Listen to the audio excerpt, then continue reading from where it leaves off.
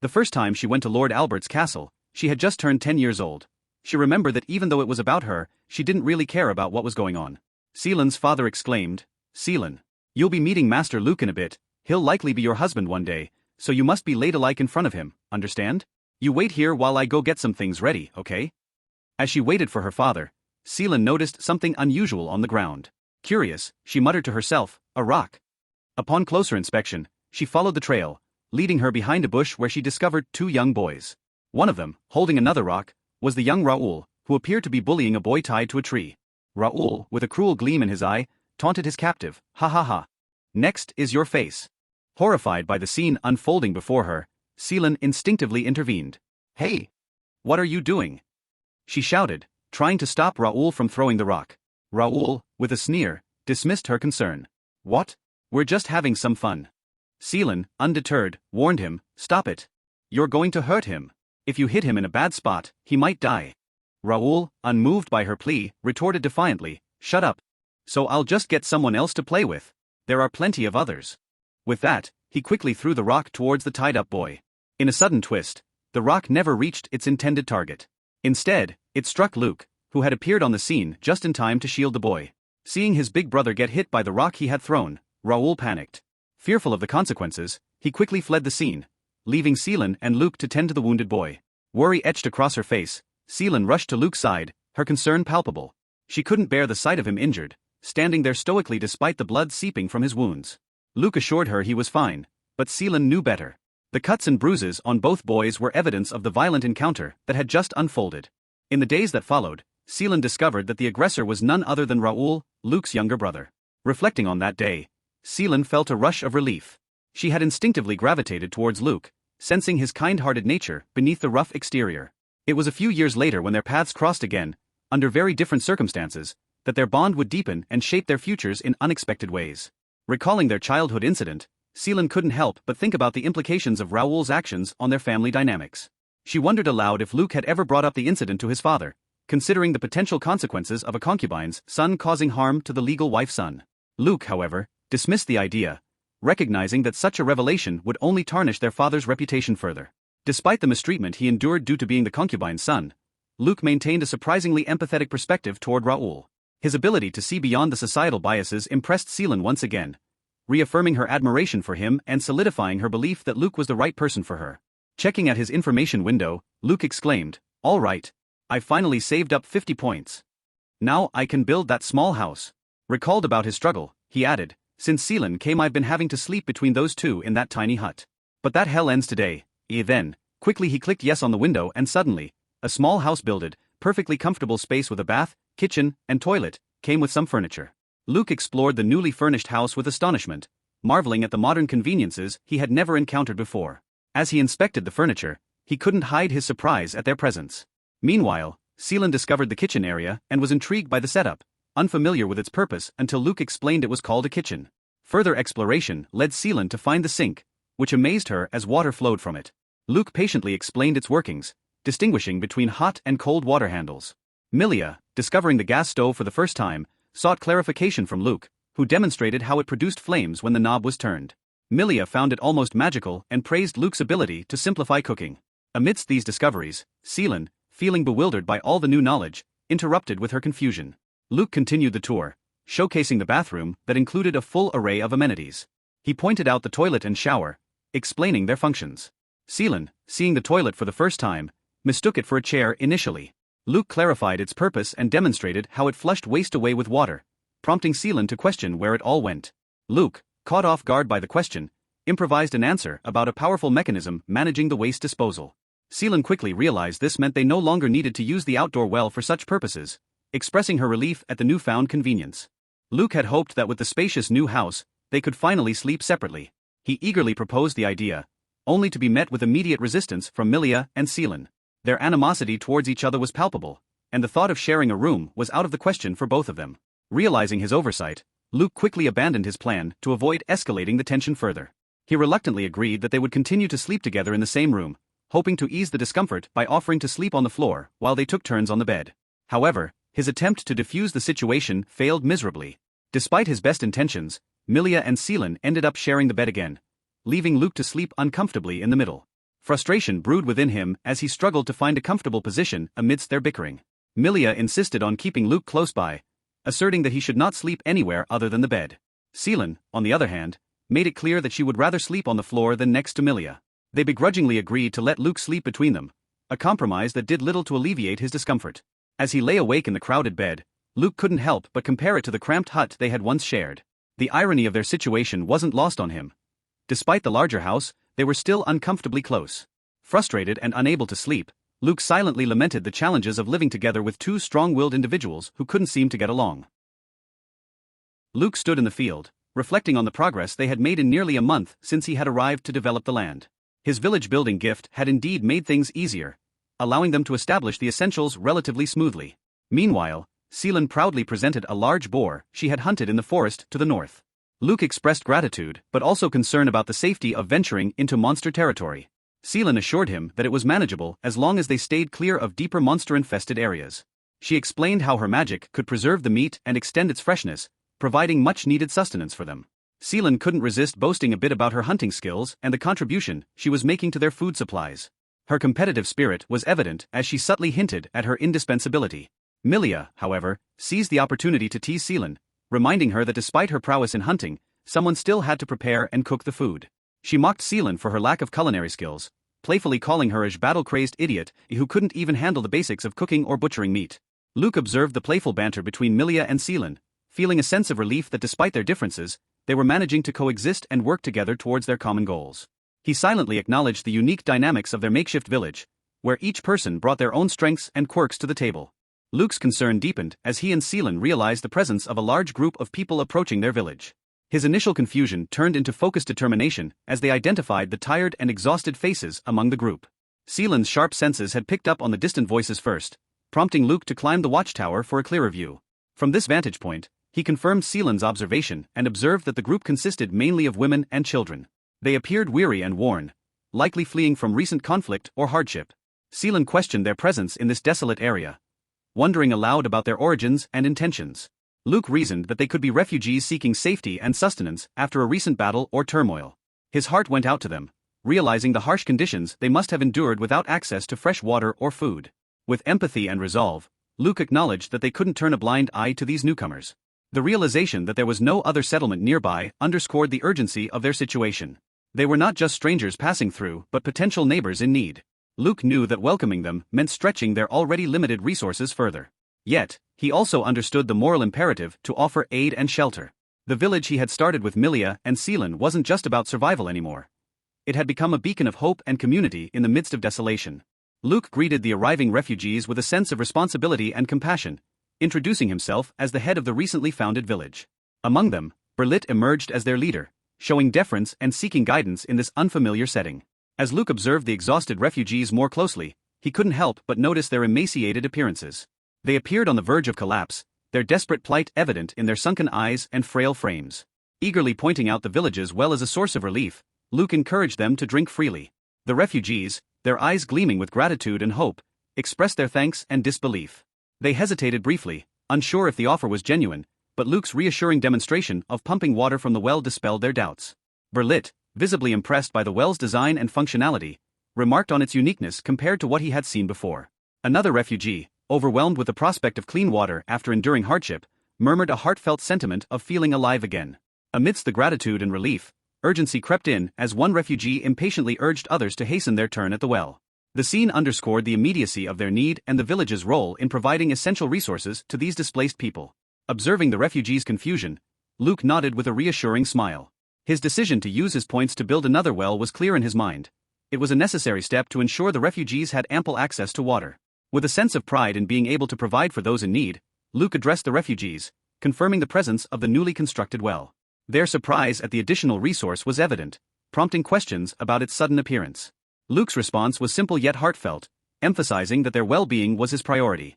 Berlit explained their situation, "So we left our village behind." Most of the men were drafted. As Luke listened to Berlit recount their journey and the hardships they endured, he felt a deep empathy for their plight.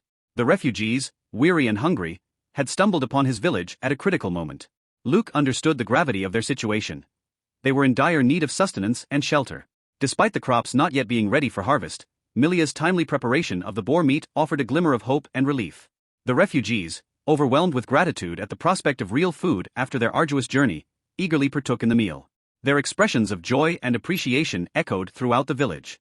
Berlit, moved to tears by Luke's kindness and generosity, expressed heartfelt gratitude, unsure of how to repay such kindness. Luke, however, saw beyond the immediate act of feeding them. He recognized that their arrival presented an opportunity for mutual benefit. The refugees could find safety and purpose in his village, while their labor would help sustain and grow their community. With sincerity, Luke extended an invitation for the refugees to stay and join their village, emphasizing the need for additional hands to work the fields. He assured them that their contributions, regardless of age or experience, would be valued and essential. Despite Berlit's initial concern about their ability to provide reliable labor, Luke persisted in his request, highlighting their shared need for cooperation and survival in the harsh environment. Overwhelmed by Luke's compassion and practical offer of assistance, Berlit eventually agreed. The decision marked a turning point for both parties. The refugees found a new home and hope for the future, while Luke gained valuable allies and support in his mission to cultivate and protect their village. Luke was momentarily overwhelmed by the flood of notifications that filled his vision. The sudden transformation of Berlit's caravan into villagers and the village leveling up to level 3 came as a surprise, bringing with it a significant boost in village points and access to new facilities. Amidst the flurry of notifications, Luke's curiosity was piqued by the option to assess the villagers' skills. He wondered about the abilities and strengths each new member brought to their community. Luke understood the importance of leveraging these skills to enhance their village's capabilities further. As Luke analyzed his status window, he realized the benefits of his village leveling up. Each level increase granted him a significant number of points, expanded the area of his village, and boosted his daily point accumulation. Among the new options available, the skill, Move Facility, caught his eye. Experimenting with this new ability, Luke discovered he could easily relocate buildings within the village, simply by moving his finger. This newfound control felt reminiscent of a game he vaguely remembered from his past life, making the arrangement of facilities far more convenient. While Luke marveled at the ease with which he could reorganize the village, Berlit, observing the sudden movement of buildings, was overwhelmed. Trembling in disbelief, he muttered to himself and then fainted from the shock. Luke quickly reassured the villagers, explaining that the moving buildings were a result of his gift. This revelation fascinated the villagers, especially the children, who had never witnessed such a gift before. They eagerly asked about his abilities, their eyes wide with wonder and admiration. Luke explained that his gift was village building, and he reflected on how differently he was treated here compared to the castle. The villagers' awe and kindness were a stark contrast to the scorn he had faced before. The children, brimming with excitement, expressed their own dreams of possessing gifts, particularly admiring holy swordsmanship. Luke, remembering his own childhood fascination with such heroic abilities, felt a mix of nostalgia and determination. With the immediate excitement over, Luke turned his focus to the practical needs of his new community. He knew he had to provide homes for the exhausted and grateful refugees. Using his gift, he set about creating adequate housing, ensuring that each family had a place to rest and recover. The village, though still modest, began to grow and flourish under his careful guidance, transforming into a sanctuary for those in need. Luke decided to build a row house, a one-story housing complex with 5 living spaces. Each space had 2 rooms, a dining area, and a kitchen, with a shared toilet included for convenience. As he successfully completed the shelter for the villagers, he murmured to himself, a space this size should be just enough for a family of 5. Each building has a single communal toilet. Since the buildings don't come with baths, However, as he looked into his information window, Luke realized, shoot. Baths aren't on the list of things I can make. Turning towards Berlit, Luke apologized, informing him that there were no baths yet, and they would have to use one of the wells or the bath in his room. Berlit, grateful for the offer, humbly assured Luke that the wells would be more than sufficient. Luke then began to plan the further development of his village, calculating the cost and capacity of the row houses. So one row house can fit 25 people and costs 80 points. I'll make a couple more of those. I also have to expand the crops and build walls for the new parts of the village. Acting on his plan, he quickly built another shelter and expanded the field for the crops. The villagers watched in awe as more houses and crops appeared, marveling at the transformation. Luke, satisfied with his work, suggested that they rest for the day and discuss the next steps tomorrow. Berlit expressed his deep gratitude for Luke's efforts, and the villagers eagerly moved into the newly built shelters. Observing the villagers, Luke felt a sense of relief. I'm glad they all seem nice. Curious about his new skill, he decided to test out the Assess Villager feature. Gazing towards some of the villagers, information windows appeared, revealing detailed personal information. Shocked by the invasion of privacy, Luke immediately tried to cancel the view, feeling guilty for seeing such personal details. However, his interest was piqued by the mention of a gift. Deciding to address it directly, he asked Barlat if he had a gift. Barlat, surprised, responded that there were no churches around to give out blessings, and even if there were, he doubted he had the talent to receive one. Luke contemplated this revelation, wondering if the information displayed indicated a potential gift Barlat could receive if given the opportunity. This thought lingered in his mind as he continued to consider the future development and safety of his growing village. Hearing Luke's remark, both Milia and Seelan exclaimed in unison, their voices filled with curiosity and surprise. Seelan added, "And it tells you a villager's potential gift? I don't get how your gift allows you to do that." Milia, ever supportive, remarked with admiration, "That's my master Luke. The gods smile down upon you." Seelan, eager to try out Luke's skill on herself, continued with excitement. Luke quickly read Seelan's personal info. Seelan, age, 15, village loyalty. High, gift, dual wielding and livens magic, recommended job, general. Intrigued, Seelan asked about the concept of village loyalty. Luke explained that it represented a villager's sense of loyalty and pride toward the village. He added that villagers with low loyalty were prone to committing crimes and rebelling, and such information was crucial for maintaining village security. Seelan, seeing the potential benefits, suggested assessing everyone to gather valuable information about their gifts and suitable jobs. She emphasized the importance of using this skill to ensure the safety and efficiency of the growing community. However, Luke was concerned about the privacy and consent of the villagers, pondering what to do about those who might not want to be assessed. Seelan, practical and protective, proposed using the information discreetly. She suggested asking villagers questions based on the insights from the assessment to gauge their honesty, emphasizing that this approach would help keep the village safe. Turning her attention towards Milia, Seelan playfully urged her to get checked as well. Milia, taken aback, nervously agreed but quickly became self-conscious, asking if the skill could read minds. Seelan teased her, hinting at the amusing possibilities of what Milia might be thinking. Flustered, Milia retorted defensively, emphasizing her protective instincts towards Luke and quickly excusing herself to compose her thoughts. Hearing Luke's request for information, Berlit nodded understandingly. He began by introducing himself, stating his name and age, and then pointed out his younger brother, Barlat, who also stepped forward to introduce himself and his family. Each villager shared their personal details openly, expressing gratitude for Luke's hospitality and assistance. As they introduced themselves, Luke discreetly used his assess villager skill to gather additional insights about their potential gifts and attributes. This allowed him to verify the information provided and ensure there were no hidden threats or dangers among the newcomers. After completing the assessments, Luke reflected on his findings. He was surprised and impressed to discover that several villagers possessed unique gifts such as Maze Explorer, Rubrum Magic, Apothecary, and Ward Smith. These abilities varied widely and indicated the diverse talents and skills present within his village. Luke mused to himself about the significance of having such individuals among his villagers. Each gift represented a potential asset that could contribute to the community's growth and resilience. He realized that understanding these gifts would be essential for assigning suitable roles and responsibilities within the village, ensuring that everyone could contribute effectively to its development. As Seelan approached Luke, her curiosity was evident. She was eager to hear about the villagers and how they had been assessed for their potential roles in the community. Luke greeted her with a bright smile, clearly excited by the results. He shared with Seelan that several villagers had shown great promise for various jobs such as farming, arts, and surprisingly, 4 of them even exhibited signs of having a gift. Seelan was impressed by this revelation, acknowledging that receiving a gift was typically associated with nobles or required involvement with the church. She expressed frustration over the perceived monopoly on gifts and the financial barriers that prevented many commoners from discovering their potential abilities. Luke pondered deeply about the implications of his findings. He questioned the narrative that suggested only a small percentage of commoners possessed gifts, especially given the number he had encountered in his own village. He wondered if there was more at play, perhaps deliberate misinformation or systematic barriers perpetuated by nobles and the church. Lost in his thoughts, Luke was startled out of his contemplation when Milia called his name. He turned to her, only to witness her pouring water over herself, a gesture that seemed to signify clearing her mind of any doubts or uncertainties. Surprised by Milia's actions, Luke inquired about her well-being, concerned by her sudden behavior. Milia responded cryptically, suggesting that she was now free from any dubious feelings or thoughts. Amidst the unusual exchange, Luke decided to use his skill, Assess Villager, on Milia as she requested.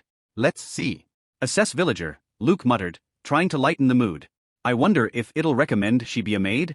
Seelan joined in, playfully adding, "There could be some interesting info there. Read it aloud." Luke began to read Milia's information aloud, his voice tinged with surprise. Milia. Village loyalty. Ultimate, recommended job, priestess. And her gift is Oracle. Both Luke and Seelan were astonished by the discovery, realizing that Milia possessed a significant role and ability that could potentially shape the future of their village in unforeseen ways. As Luke wandered through the village, taking in the sights and reflecting on recent events, he couldn't help but marvel at the progress they had made in such a short time. It had been just 3 days since the new villagers had joined, bringing with them a renewed sense of hope and energy. The discovery of Milia's potential oracle gift had been both a blessing and a challenge, given their lack of access to blessings or a church. His thoughts were interrupted by Berlit, who eagerly approached with a report on the village's crops. The vegetables were thriving, a testament to the fertile soil and diligent care they had received. Barlat, Berlit's brother, marveled at the unexpected success of even the off-season crops, showing just how well their efforts were paying off. After a successful harvest, which left everyone impressed by the abundance of produce, Luke expressed his heartfelt gratitude to the villagers for their hard work and dedication. Berlit and his wife shared in the joy, already anticipating the delicious meals that could be made from their bountiful harvest. In that moment, Luke had a spark of inspiration. Why not celebrate their accomplishments and the arrival of the new villagers with a festive gathering? Milia eagerly supported the idea, praising Luke's quick thinking and leadership. The village came alive with preparations for the celebration, as everyone pitched in to decorate and prepare food. Luke couldn't help but feel a swell of pride as he watched his villagers come together, united in joy and anticipation for the upcoming festivities. It was moments like these that reminded Luke why he had taken on the responsibility of leading their community, to foster unity, resilience, and a brighter future for everyone in their small but growing village. In the heart of the bustling kitchen, Luke eagerly offered his assistance, showing a willingness to pitch in despite his status as the village leader. His enthusiasm to help with the cooking tasks was met with equal eagerness from Seelan, who joined in without hesitation. As Milia deftly prepared the ingredients, she couldn't help but admire Luke's humility. Despite his authority and the privileges that came with it, he chose to engage actively in the communal effort of preparing the meal. However, when Luke picked up a knife to begin cutting vegetables, it became clear that his skills in handling it didn't quite match his enthusiasm. Recognizing the potential for mishaps, Milia intervened gently, redirecting Luke's efforts toward a safer task, washing the vegetables. Seelan, observing the exchange with amusement, couldn't resist teasing Luke lightly about the complexities of handling a knife, playfully suggesting that she take over the slicing duties instead. As the food was ready, Milia announced enthusiastically, "It's ready, everyone." The food reached its peak aroma and the villagers gathered around the table, their faces lit up with anticipation and hunger. The spread before them was a sight to behold. Plates filled with freshly cooked meats, vibrant vegetables, and savory dishes that promised a delightful meal. Luke, with a plate in hand, took charge of the moment, standing tall to propose a toast. His glass raised high, he led the villagers in celebrating their achievements, the successful harvest and the addition of new members to their community. The atmosphere was festive and warm, filled with gratitude and camaraderie. As they dug into the delicious spread, Berlit and the others couldn't help but marvel at the flavors and quality of the food. Berlit, particularly impressed, expressed his appreciation for Luke's contributions to the kitchen and the village's well-being. His initial skepticism about Luke's unique abilities had given way to genuine admiration for the benefits it brought. However, the joyous occasion was suddenly interrupted by an urgent call for attention. A villager rushed in with news of approaching visitors, their tone indicating a pressing matter. Observing the approaching group from atop the tower, Seelan noted with concern the size of the gathering below. There were about 40 individuals making their way towards the village, their weariness evident in their slow, deliberate steps. They appeared to be refugees, likely seeking respite and safety. Before Seelan could voice her plan to go and greet them, Berlit's voice rang out excitedly. He had recognized someone among the group, calling out their name with enthusiasm. The man responded eagerly, confirming their connection and making his way towards Berlit. Luke, curious about the exchange, inquired about the man's identity. Berlit, with a touch of nostalgia in his voice, explained that Donga was someone from a neighboring village where they used to interact frequently. Berlit even shared a playful tidbit about Donga's past visits due to his crush on Berlit's sister, eliciting a blush and a protest from Donga himself. As the old friends caught up, Donga revealed the hardships that had led their group to flee their village. Berlit, modestly deflecting any praise, credited their recent settlement in Luke's village as the reason they were now safe. He introduced Luke formally as the village head, emphasizing Luke's role in providing refuge to their group. Luke, embodying the spirit of hospitality, welcomed Donga and his companions warmly. Despite their initial hesitations, Luke insisted they join the ongoing celebration in the village, assuring them that they were among friends. The festive atmosphere and hearty meal seemed to uplift Donga's group, who had undoubtedly been through much hardship. After the festivities, Donga and his group decided to accept Luke's invitation to stay and make their home in the village. With 44 new villagers joining, Luke's community now numbered 97 residents, approaching a significant milestone of 100. The village continued to grow not just in numbers, but also in the bonds of friendship and solidarity that formed among its diverse inhabitants, united under Luke's leadership and generosity. In the morning, a villager greeted Luke cheerfully with a respectful nod. Luke returned the greeting with a warm smile, acknowledging the bright day ahead. Donga, diligently working in the fields alongside Berlit, commented on the excellent weather, noting how it made their work easier. Luke agreed wholeheartedly, expressing his satisfaction with the day's conditions.